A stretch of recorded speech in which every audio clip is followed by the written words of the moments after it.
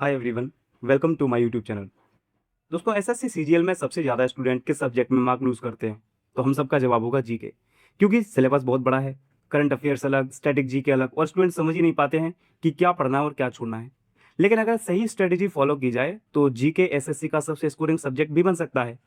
इसी वीडियो में मैं आपको बताऊंगा एसएससी सीजीएल 2026 के लिए जीके कैसे पढ़ें, कौन कौन से सब्जेक्ट इंपॉर्टेंट हैं, डेली रूटीन क्या होना चाहिए, करंट अफेयर्स कैसे करें, रिवीजन स्ट्रेटजी क्या हो, और कैसे कम समय में ज़्यादा स्कोर करें। तो नमस्कार दोस्तों, आप देख रहे हैं रोहित एसएससी, जहां हम कॉम्पिटेटिव एग्जाम की तैयारी को आसान और प्रैक्टिकल तरीके से समझते हैं। अगर आप एसएससी सीजीएल 2026 की तैयारी कर रहे हैं तो चैनल को सब्सक्राइब जरूर कर लीजिए।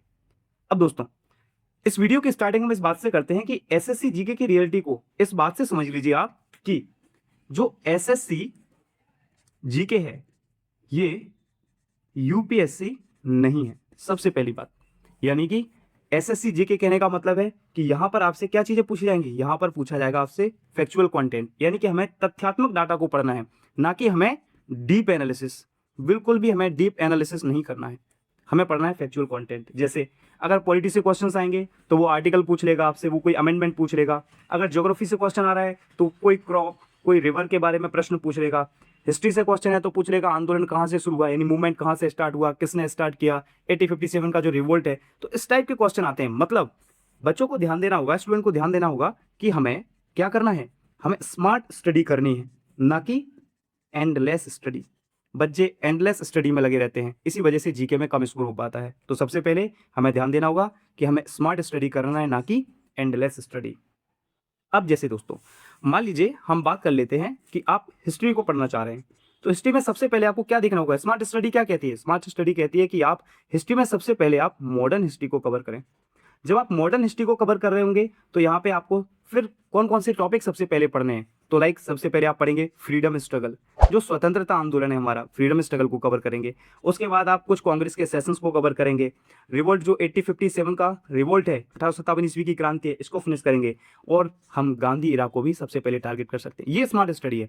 पढ़ना सब है, लेकिन स्मार्ट क्या है कि हम पहले वो टॉपिक सबसे पहले कवर करें जिनसे पीवाईक्यू बेस्ड अगर एनालिसिस आप करोगे तो सबसे ज्यादा क्वेश्चन पूछे गए। एंशियंट और जो मिडिवल है उनमें लिमिटेड क्वेश्चन पूछे जाते हैं, जैसे इंडस वैली सिविलाइजेशन, ये आप एंशियंट हिस्ट्री में बात करेंगे। वैदिक सिविलाइजेशन है, गुप्ता पीरियड है, मौर्यन पीरियड है, इनसे क्वेश्चन पूछे जाएंगे। बुद्धिज्म, जैनिज्म क्वेश्चन है, तो इनको हमें डीप एनालिसिस नहीं, फैक्चुअल कंटेंट के रूप में आप सोचना है। जैसे बुद्धा रिलीजन पढ़ रहे हैं आप, तो बुद्धा रिलीजन, बुद्ध का जन्म कहाँ हुआ, उनके सिंबल पूछे जाते हैं कि उनका जन्म का सिंबल क्या है, गृह त्याग करने का सिंबल क्या है। तो ये सारी बातें आपको, इसको हम बोलते हैं फैक्चुअल कंटेंट। लाइक ऐसे ही अगर मान लीजिए आप ज्योग्राफी पढ़ रहे हैं, तो ज्योग्राफी में क्या है, सबसे पहले आप रिवर्स को कंप्लीट कर लीजिए। फिजिकल जो हमारे रीजन है, हिमालय है ना, नॉर्थ ईस्ट माउंटेन है, और जो हमारा ग्रेट प्लान है, मतलब उत्तर के विशाल मैदान हैं, इन सबको पढ़ लीजिए। इसके अलावा आप क्लाइमेट पढ़ लीजिए, सॉइल को पढ़ लीजिए, क्रॉप्स को पढ़ लीजिए, फॉरेस्ट है यानी कि वन वन संपदा इनके बारे में, और ट्रांसपोर्ट, परिवहन से भी आज के समय में क्वेश्चन पूछे जा रहे हैं। तो इस प्रकार से आप ज्योग्राफी को कवर कर लीजिए। ऐसे ही अगर आप पॉलिटी की बात करते हैं तो पॉलिटी में भी आप हमेशा देख लीजिए, पीवाईक्यू उठा के देखिए। पॉलिटी में कुछ टॉपिक्स को आप पढ़ लीजिए, वहां से क्वेश्चंस ही आपको मिल जाएंगे। जैसे फंडामेंटल राइट्स हैं, डीपीएसपी है, एक हमारा सबसे फेवरेट टॉपिक है, प्रेसिडेंट को आप पढ़ लीजिए। थोड़ा बहुत पार्लियामेंट को देख लीजिए, पार्लियामेंट में सेशन क्या होते हैं, प्रश्नकाल क्या होता है ना, तारांकिक प्रश्न, अतारांकिक प्रश्न क्या होते हैं। इसके अलावा जुडिशियरी देख लीजिए, यानी कि न्यायपाल का इससे प्रश्न पूछे ही जाते हैं। तो इस प्रकार से आप क्या कर सकते हैं पॉलिटी को, क्योंकि पॉलिटी एक ऐसा सब्जेक्ट है जो इजी भी है और स्कोरिंग भी है, बच्चे इसमें अच्छा स्कोर करते हैं। आप पॉलिटी को बहुत अच्छे से कर सकते हैं। अब बात आ जाती है किसकी, इकोनॉमी की। तो दोस्तों, इकोनॉमी एक ऐसा सब्जेक्ट है, इसमें आप केवल बेसिक को कवर करना है, इससे बेसिक ही पूछे जाएंगे। बेसिक जैसे कि जीडीपी क्या है, इन्फ्लेशन, मुद्रास्फीति क्या होती है ना। इन्फ्लेशन के अलावा आप बजट पढ़ सकते हैं, बजट के अलावा आप देख सकते हैं बैंकिंग सिस्टम पूरा, आरबीआई आप देख सकते हैं। आरबीआई के अलावा बस ध्यान रखना है कुछ टैक्स की चीजें भी आप पढ़ लेना, इसके अलावा आपको पूरी इकोनॉमी में कुछ नहीं पढ़ना है। तो दोस्तों, इसको हम बोलते हैं कि ये है स्मार्ट स्टडी पढ़ने की।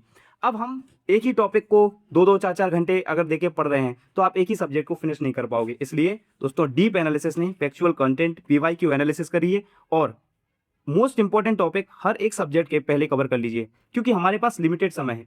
ऐसे ही साइंस में आप फिजिक्स के बेसिक्स कर लीजिए, ह्यूमन बॉडी कर लीजिए, बायोलॉजी में और केमिस्ट्री में रिएक्शंस वगैरह को ज़्यादा महत्व दीजिएगा, और इन सबको एनसीईआरटी बेस्ड ही आपको पढ़ना है, इससे ज़्यादा नहीं जाना है। तो इस प्रकार से आप कह सकते हैं। अब अगली बात आती है दोस्तों किसकी, करंट अफेयर्स की। अगर हम करंट अफेयर्स की बात करते हैं तो करंट अफेयर्स में आपको क्या ध्यान देना है। पहली बात तो, करंट अफेयर्स पढ़ने के लिए जो बच्चे या दो स्टूडेंट्स 2 से 3 घंटे अगर दे रहे हैं तो वो पूरी तरह से एक गलत स्ट्रेटेजी है।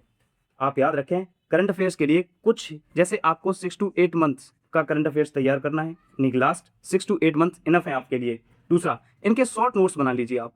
शॉर्ट नोट्स बनाने के साथ साथ इनका रिवीजन करिए, और कुछ जो इंपॉर्टेंट आप करंट अफेयर्स में देखेंगे जो टॉपिक हो जाते हैं वो क्या है, वो है जैसे आप अवार्ड पढ़ लीजिए ना, किस किस को क्या पुरस्कार किस क्षेत्र में मिले हैं। अवार्ड के अलावा आप स्पोर्ट्स को छोड़कर नहीं जा सकते हैं, तो स्पोर्ट्स को पढ़ लीजिए। स्पोर्ट्स के अलावा गवर्नमेंट स्कीम जितनी भी हैं उनको पढ़ लीजिए। गवर्नमेंट स्कीम के अलावा जो रिपोर्ट और इंडेक्सेस आते हैं उनको पढ़ लीजिए। इसके अलावा कोई हाल ही में अपॉइंटमेंट और किसी की डेथ हुई है तो उनको पढ़ लीजिए। तो करंट अफेयर्स आपको दोस्तों ऐसे कवर करना है। तो इस प्रकार से हम कह सकते हैं ये है हमारा स्मार्ट स्ट्रेटेजी।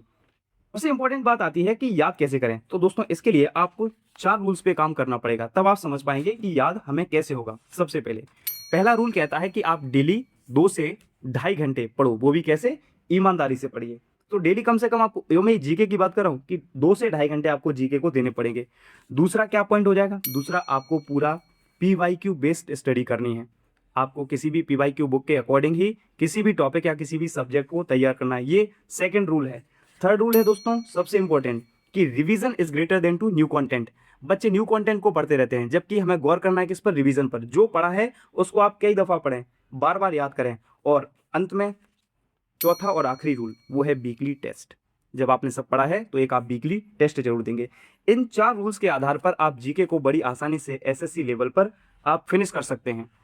अब दोस्तों समझिए, यहाँ पे सबसे मोस्ट इंपॉर्टेंट बात यही है कि आप बार बार रिवाइज करें चीज़ों को, एक ही चीज़ को बार बार पढ़ें, क्योंकि SSC बार बार क्वेश्चंस को रिपीट करता है। अगर आप पिछले 5 से 7 साल के PYQ अच्छे से अगर आप कर लेते हैं तो एग्जाम हॉल में हाफ क्वेश्चन से आप फैमिलियर हो जाएंगे, क्योंकि वो क्वेश्चंस आपको एज इट इज मिलेंगे।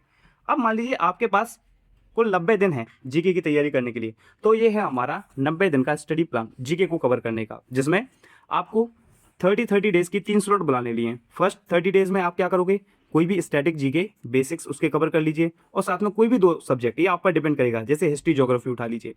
अगले जो नेक्स्ट 30 डेज होंगे उनमें आप पॉलिटी इकोनॉमी और साइंस को करेंगे। हमें बेसिक करना है, ध्यान रखिएगा, हमें डीप एनालिसिस नहीं करना है। और जो आपके लास्ट 30 डेज होंगे दोस्तों, बहुत इंपॉर्टेंट दिन होंगे ये हमारे लास्ट। इसमें हमें करंट अफेयर्स को भी करना है, PYQ का रिवीजन करना है सबसे ज़्यादा, और मॉक टेस्ट लगाने हैं। ध्यान रखना, ये वो सिचुएशन होगी जहां महात्मा गांधी का एक डायलॉग आपको याद आएगा, करो या मरो, do and die. So 90 days plan में आप दोस्तों इस चीज़ को जरूर याद रखेंगे कि फर्स्ट 30 डेज, नेक्स्ट 30 डेज और लास्ट 30 डेज में आपको क्या करना है। यही आपके जीके के स्कोर को या तो बढ़ा देंगे या आपको जीके में ही उलझाए रखेंगे। क्लियर है दोस्तों?